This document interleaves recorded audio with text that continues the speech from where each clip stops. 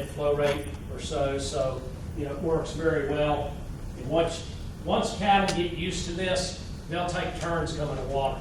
You don't want all your cattle going to water at one time. You want them taking turns. We do a lot of stockpiling, summer annual stockpiling for winter grazing. Move them on in the winter and graze rather than feeding hay. And, I want my livestock to be my employee, not me to be their employee. So that's the whole premise for what we do and why we do what we do. I'm going to give you a handful of other case studies. I won't have time to run through them all today, but again, they'll be on the PowerPoint you can access. This is a client in South Carolina. He did so well in his very first year of adaptive grazing that he was invited to give a presentation at the National GLCI Conference in 2016. And the title of this presentation was Soil Destroyer, Soil Builder. And he's also featured in one of our new Soil Carbon Cowboys films called Givers and Takers. This is what Don's pastures looked like when I first stepped foot on his farm. And he said, this is what it's looked like the last 30 years. So it's been grazing there. It's a family farm, been grazing there 30 years. But you can see, severely overgrazed, very selective. Dog fennel, a lot of other weeds growing up in here. He had a lot of thistle and everything else. You can see a lot of old oxidized cow patties and so forth. Cow trails everywhere. So he was creating erosion from his cow paths. After the very first year of adaptive grazing, this is what his forages look like. Okay, this is in Kansas. I'm going to show you two farms, neighboring farms, right across the fence line from each other. Corn soybean rotation for 25 years, no covers, but they have been no-till for the last 10 years. They use center pivot irrigation, graze corn stalks every other year, because again, the corn bean rotation, so they only have corn every other year, in a set stop pattern, but they make high use of synthetics, a lot of synthetic fertilizer, a lot of chemicals. Their total living microbial biomass, in other words, their microbe population of the soil was only 730 nanograms per gram. And if you know what that is, that means they had very, very low soil microbial population. They were there, but the population was very, very low. Okay? But farm number 2, right across the fence, they were in a corn bean rotation just like the neighbor until 2004, but they transitioned from conventional till and high synthetic use. They turned all of their farm ground into pasture, every bit of it. And you can see what he initially planted there, and then they also allowed things to come up from the latent seed bank, and they started grazing in 06. By 2014, their total living microbial biomass was right at 3,600. Again, significantly better than the 740 that we saw right across the fence. They've also established a significant mycorrhizal fungi population. They dug soil pits in 2014, 15, and 16, and they saw tremendous changes in root depth and mycorrhizal fungi and soil carbon and organic matter. They went from 04 having 4 to 6 inches of topsoil to 42 inches by 2016. Yes, sir. What did they do in the 2 years from 2004 to 2006 when they started grazing? Did they seed it down with your different? They seeded it down. They were still sort of transitioning out their cash crops and seeding and all of that. So they used that to transition out of the cash crops and get everything seeded down and growing for starting the grazing program. Okay, Alabama. South central part of the state, about 5,300 acres, an organic operation. Started adaptive grazing 2 years ago. And here's what it looked like 2 years ago. So set stock grazing, you can see cow paths growing. You see this one's getting deeper and deeper. This is the one that transitioned to that picture I showed earlier, Gene, with the big gully. Right? But you can see, closely cropped pastures, set stock graze, lots of weed pressure, all of this, basically near monocultures, other than the weeds or the forbs. After 2 years of grazing, though, adaptively, I was just there 4 weeks ago. This is what it looks like now, after just 2 years. So significant improvement in plant biomass and total number of species. Everywhere we went, we saw earthworms. We were seeing birds everywhere. You know, just flocks and flocks of birds with rice from the grass everywhere that we would go across 5,300 acres. Again, you can see this is the gator here. You can see the depth and biomass and the forage that is there now. They've never seen that before.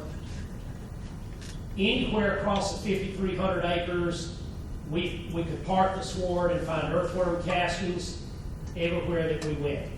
And that day it was 94 degrees. Okay? Earthworms were still highly active.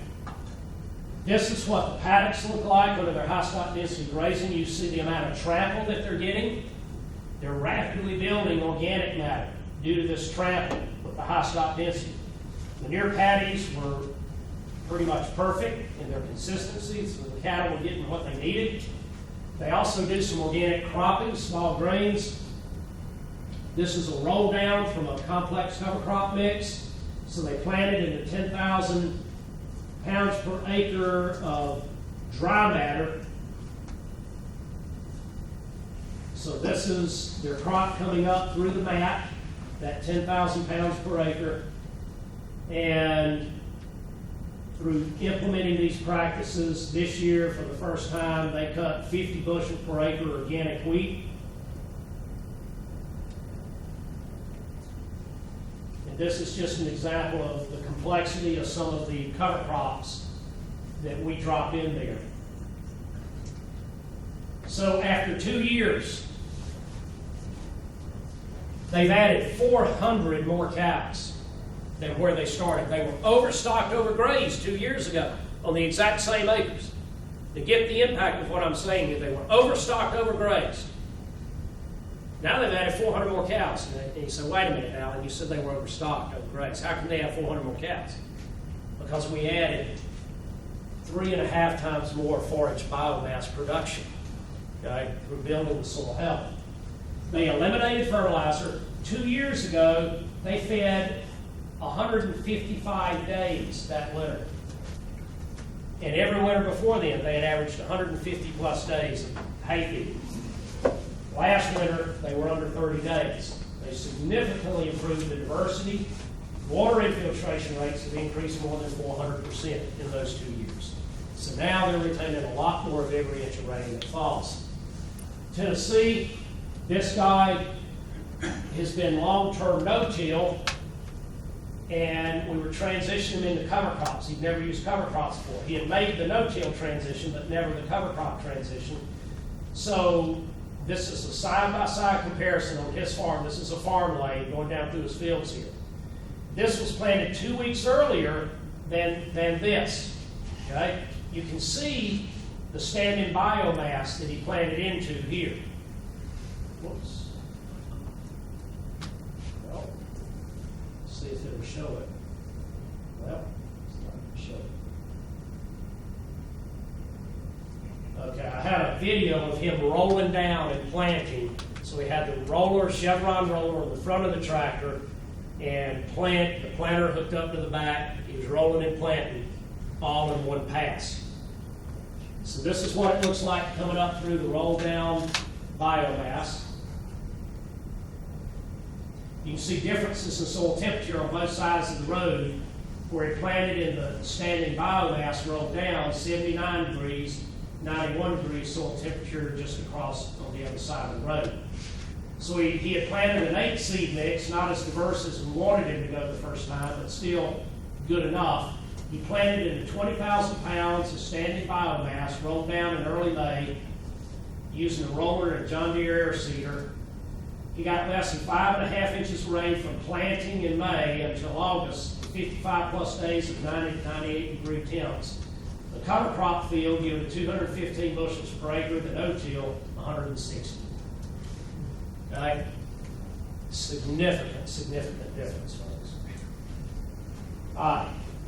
Ohio, this is research looking at planting cover, summer annuals, rotating with cash crops. They've got, this is 55 days after planting, the cattle were turned in. There was 8,500 pounds of dry matter per acre available. No fertilizer or starter fertilizer applied at planting. Okay? Over a 120-day grazing period, the steers gained greater than 3 pounds per day. We used an 18 species cocktail mix. Now, these next numbers, I want you to understand the time period we're talking about here. This is going to blow your minds. This is 120 days. Okay? 120 days. So in 120 days, from the start of that grazing season to the end of it, they increased soil organic matter 0.8%.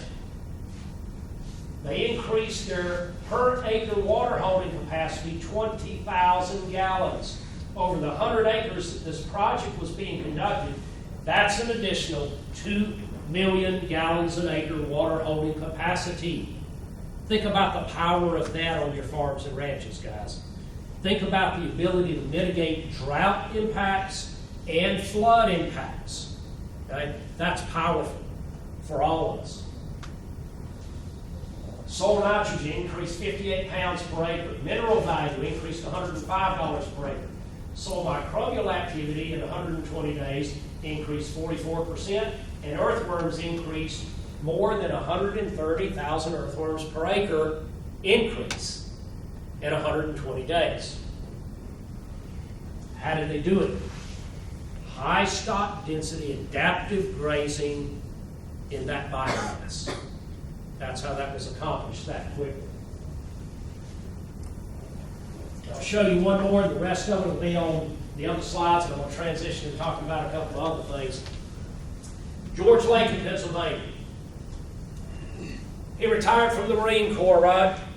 Came home to farm, bought some very cheap land, and he bought it cheaply because it was abandoned sand quarry.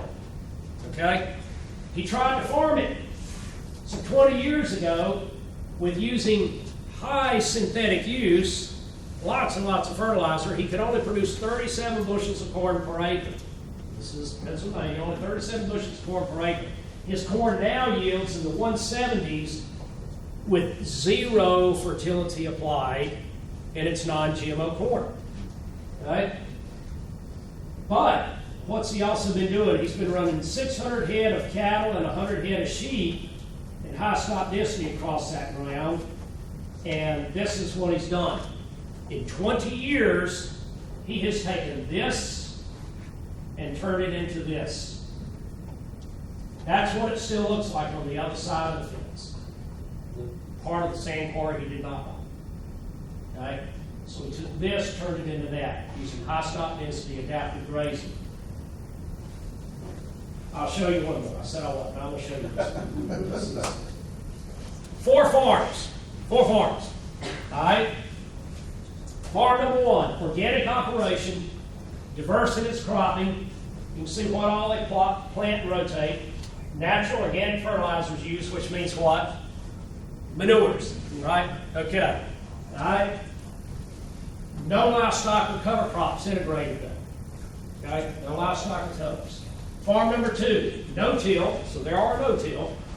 Low diversity though in what they plant. Use a lot of anhydrous ammonia. Crop yields are average from the area, but no livestock, no cover crops.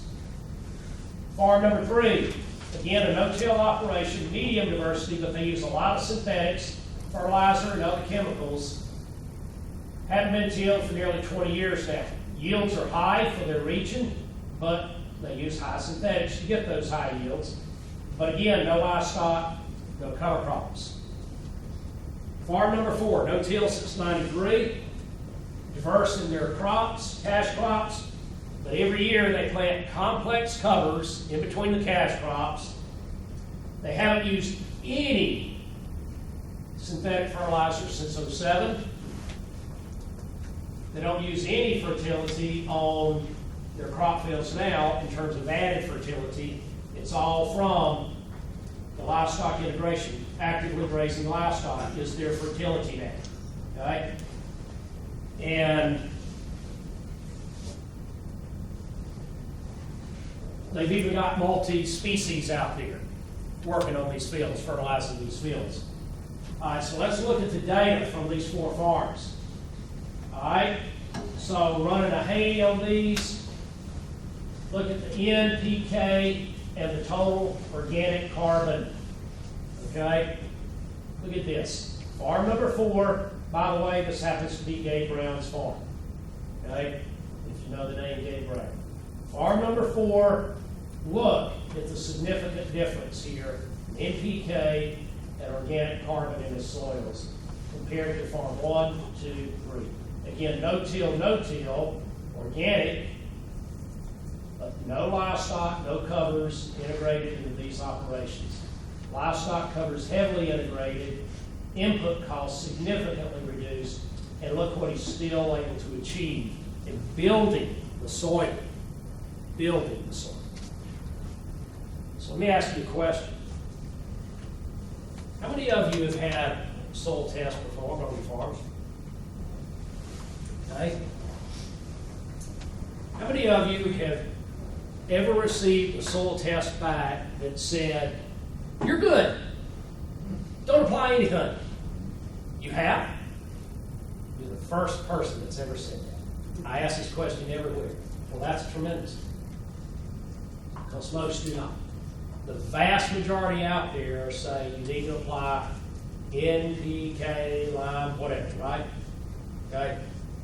So the point, though, is it's not that we're really lacking, folks, in a lot of this. It's that we're not reaching it, okay? And a lot of it is bound. Most soils across all of North America are not truly deficient. They're only deficient in the top 6 to 8 inches. Yes, sir. A lot of those soil samples too are also not so much you need this as much of you will see a response from if you apply it. You know, your levels could be right, but you will see a response if you're applying NPK. But what are we doing? We're only looking at here, right? We're only looking at here. And we've made all of our decisions for the last 5 decades looking at here. What we haven't done is we haven't looked here. You know? And again, what we're discovering is that there are still tremendous mineral stores deeper in the soil. And they're replenishable, okay, with the right practices.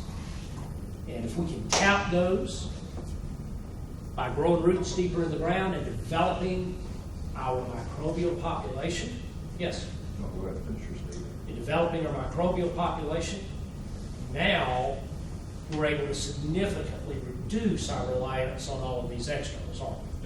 Exactly. Yeah, Jim. Are these 4 farms in North Dakota in the area that's having these severe droughts? Yes. And how are they performing this summer if you talk to Gabe? Yeah, I've talked to Gabe extensively, and even Gabe is beginning to hurt now, because there's just been absolutely nothing since wintertime there, nothing, at all. But what's occurring is that, Gabe's still farming, still ranching, hasn't sold anything yet. A lot of his neighbors have either partially or totally destocked. As a matter of fact, sales in North Dakota and South Dakota have been running over the last several weeks until the wee hours of the morning, 1, 2, 3 a.m., with trucks and trailers lined up 5 miles on the roads outside of the auction barns because of everybody trying to destock. And Gabe has not had to destock any yet. But I talked to him just a couple of days ago, and he did say if, nobody can go without rain, right? No matter what we do. We all have to have moisture. But Gabe has been far more resilient than all of his neighbors to this point. Now if he doesn't get rain, or they still don't get rain, then yes, he'll have to start destocking as well. But they started that process far ahead of him. So if they start getting rains here pretty soon, he's going to be in good shape. Yes, sir. Those soil tests were taken 3 years ago. Yes, sir. But even though they said you don't really need, there's no call to put fertilizer on, if you plant the crop, I mean, it's a no-brainer, you still have to put fertilizer in every year. I talked about commercial fertilizer, now I do spread all the manure that I can get, you know, from neighbors or whatever out there, that's still the best thing for the soil, for manure. Now, I still add fertilizer every year, I mean, I won't go very heavy, but your plants are gonna draw so much out, whether it's corn or soybeans. So, in order to keep that up, you still have to put, I'm not saying I didn't have to put any fertilizer on at all, if you're gonna maintain it, you still have to keep up with what. But how can we yes, but how can we replenish that without having to do it? How can we do that? Without having to physically apply fertilizers, either in the form of manures or synthetic fertilizers. How can we not, because we do have a lot of farmers now that are not applying any commercial fertilizer or even manures anymore. And we have significant yields. So how are we doing it? How you're right, but how are we getting away from that? Apparently with your program here, I mean. Well, and it's not our program, but, you know, I mean, there's a lot of people doing this, but yes, it takes complex covers in between, because you gotta have root, you know, in any of your cash crops, you're gonna have a homogeneous root depth, right? So they're gonna mine whatever is there within that homogeneous root depth, right? And then when you harvest that crop, yes, you're removing a lot of those nutrients within that strata of soil. But you're not removing what's beneath that, right? Okay? Because your roots aren't reaching. Your plants can't uptake what's below that, below the roots, right? But don't the people with cover crops like radishes and so forth, don't they still apply some commercial or nothing? Well, I mean, can they get by with cover crops without? With livestock impact, yes. It takes the livestock impact. So we're planting complex covers, not monoculture covers, but complex, then putting the livestock over top of that to graze in higher stock densities. And that's what's allowing us to create this regenerative cycle to where we can totally get rid of all use of fertilizers. And I've got a case study in here, and y'all can go to it on the slides, that shows a farm that hasn't applied any fertilizer for the last 30 years and yet has significantly built their soil mineral content. Yes, sir. Basically, you're using the cow's manure for your starter fertilizer for that top 4 inches, and then it's going below that to get the rest of the nutrients. So which in turn brings more nutrients from the subsoil. But it's a lot, yes, but it's a lot more than that. Yep. Okay? And this afternoon, we won't talk much more about that this morning. We'll do that this afternoon where we can illustrate out at the farm, okay? But yeah, it's far more than that. You're right, but it just goes deeper and higher, okay? And we want to talk about that because that matters. Why? How does the whole system work, and how did the fertility that was here in the U.S. when the first Europeans hit those eastern shores, you know, why was it there, and why is it not here now? You know, that we want to talk about that. You know, and how what built that, and how come that was regenerative, right? Because there were certainly, look, we had more, quote, livestock in the continental, in North America then than we do now in the form of wild ruminants. And today we say, well, the cattle remove nutrients, so we got to fertilize to replace those nutrients, right? Okay? But yet, why didn't all the wild ruminants that existed for thousands and thousands of years ahead of them, why didn't they do that? Why did they continue to build this significant soil fertility? You had a lot of Indians and pilgrims, and they didn't have indoor plumbing.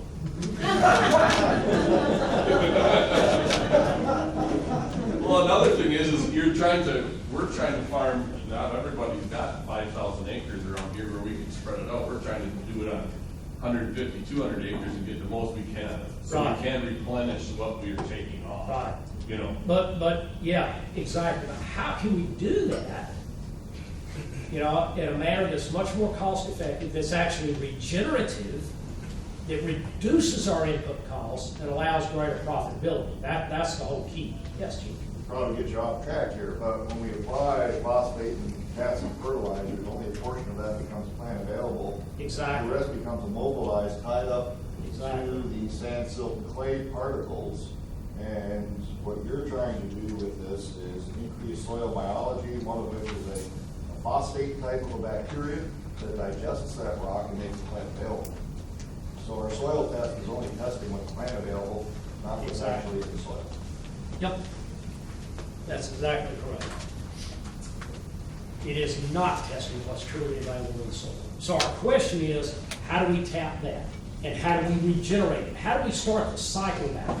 Because there is a natural regenerative cycle. And so our question is, how do we restart it? How do we jumpstart it and get it going again? So we'll spend more time out at the farm this afternoon talking about that. And we've got a lot of visuals.